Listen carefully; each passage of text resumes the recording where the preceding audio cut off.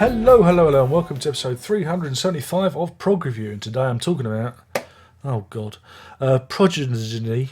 I think that's right. By yes, it's 7 shows from 72. Yeah, there is. You can have too much of a good thing. No, I mean it's what it is. You see, I've been spoilt. I've been listening to King Crimson for too long. Bands that improvise and try and mix up the track listings of their shows. Do a different thing every night.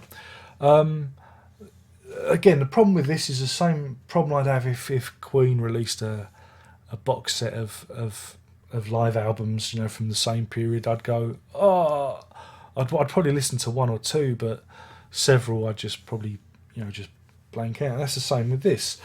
It's interesting to hear the group, at the, I guess the height of their fame, really, because Close to the Edge was out and, Alan White is settling in. That's interesting to hear him play. But you've got a band here that night after night tends to do the same thing. Hello, Cleveland. You get the idea. No, I mean, they didn't play Cleveland. That's an old rock and roll joke, I believe.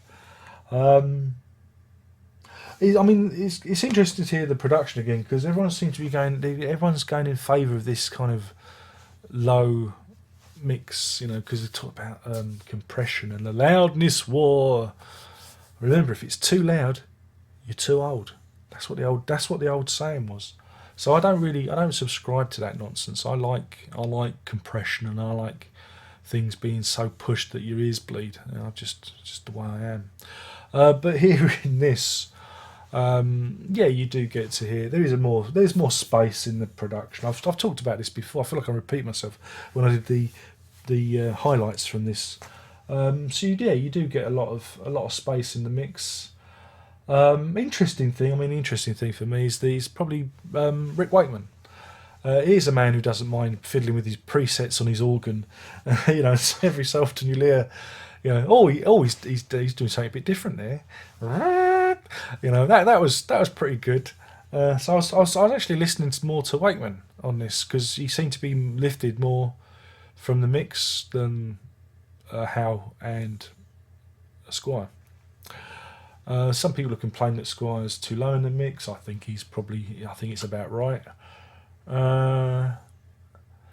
But again, it's hard. I should have wrote. I'm terrible. I listen to these things, and I'm not a very good reviewer, because people say you should review every single show and do it in detail and this, that, and the other. And you don't want me to do that.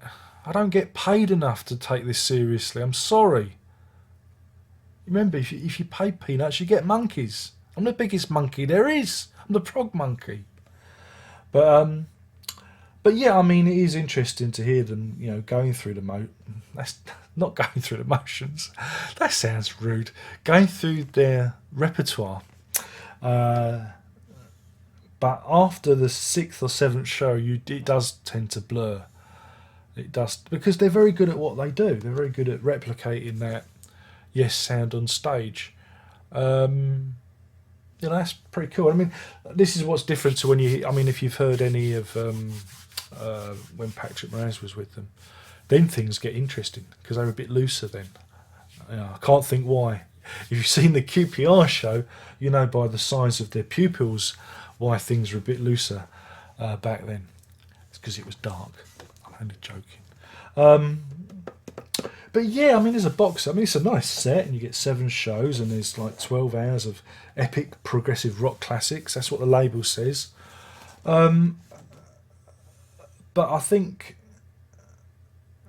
honestly, you're probably better. You're better off with the highlights. Unless you're an absolute hardcore yes nut, and I'm a bit of a yes nut, But it's like, whoa. What we need is a box set with a bit more variety. And again, people have moaned that there's no Bill Bruford. Yeah, it's just the way it goes, I'm afraid. This is what you're given.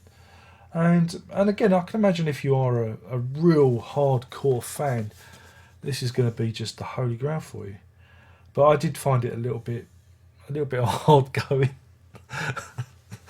So if you're not sitting at home in your Yes tie dye, wearing your John Anderson underpants, Mr. Accrington Stanley, and you've got your Yes number plate on your car, then it's probably not for you. But if you have got all that stuff, and you've got your sign, Chris Squire's autograph drawing, you've had it inked over.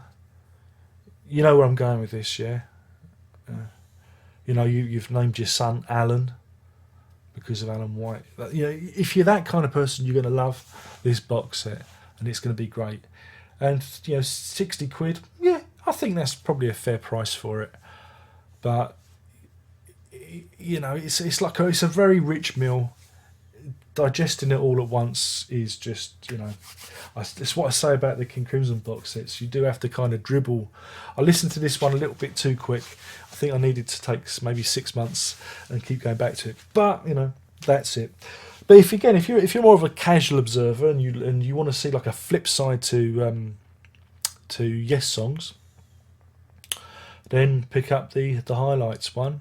But if you're absolutely gagging, foaming at the mouth for more Yes than you can stick up your prog hole, and this is the box set for you, my friends. Oh yeah. And it's got a nice booklet, very interesting essays in the booklet to help you, to smooth your passage through your dietary tract. It will, it'll help you get through it, and it's a really good set, and I like the way they've put it together. I love the sleeves, the artwork, the packaging. Top marks for that. But I'll always whinge slightly that there's not a great variety of material, because that's the way Yes was. And if I hear roundabout again, I think I'll do someone a mischief, I'll do someone an injury. But yeah, I mean, it's funny how these things come, because you don't expect ever to hear, these things. You hear them and say, oh, they're missing, and then they appear. And that's a remarkable thing. So, and it's also a testament to how popular progressive rock is now. Because back in the day, this would never have been released. There's no market for it. But it goes to show that there is a market, because something as niche as this, and it really is a niche. Let's be honest, it is a niche release. This box set, it's good to see it out there. So yeah, well done everyone involved. I think it's cool. But like I said, drip feed. In terms of a rating, well, I'm going to score it high, even though I've moaned about it, because I think it is a very well put together package. I think it's very good quality. The artwork sleeve. If you're a Roger Dean fan, the sleeves alone are worth the price of admission, because you've got some really nice artwork there. You get a good booklet, and yeah, so I'm gonna go full 5 on this. I am. God damn it! I'm gonna go for it, even though I've moaned. I'm gonna give this 5. Firebirds out of 5. It's 5 Firebirds out of 5. That's not a yes. That's just, I'm going full Stravinsky on this. Oh yeah. But again, if you are a bit strapped for cash and you just can't stand too many outings of Roundabout, go for the highlights. Again, the highlights package, I do a good deal there, because they cherry pick the performances from this set, and you do get a good mixture. So yeah, hopefully I haven't completely contradicted myself over the 2 reviews. Someone's going to go, but yeah, Darren, you said this. And then someone will say, Darren, you should have spent 20 hours talking about each individual track on each thing. I don't know. That's not what you come here for, is it? Is it? You come here for my startling good looks. Because I don't know what I'm talking about. You don't come here for facts and opinion, do you? Who knows? Well, I don't know. I don't know what's going on anymore. But yeah, great set. Very, very good. Very, very, very good. And with that, I think that's it. I've been talking about Progeny, 7 shows from 72 by Yes, an epic box set with 12 hours of prog goodness to nourish you. Don't do it all in one sitting though, because it will send you blind. And with that, there's only one more thing to say. You know what that is. Prog on.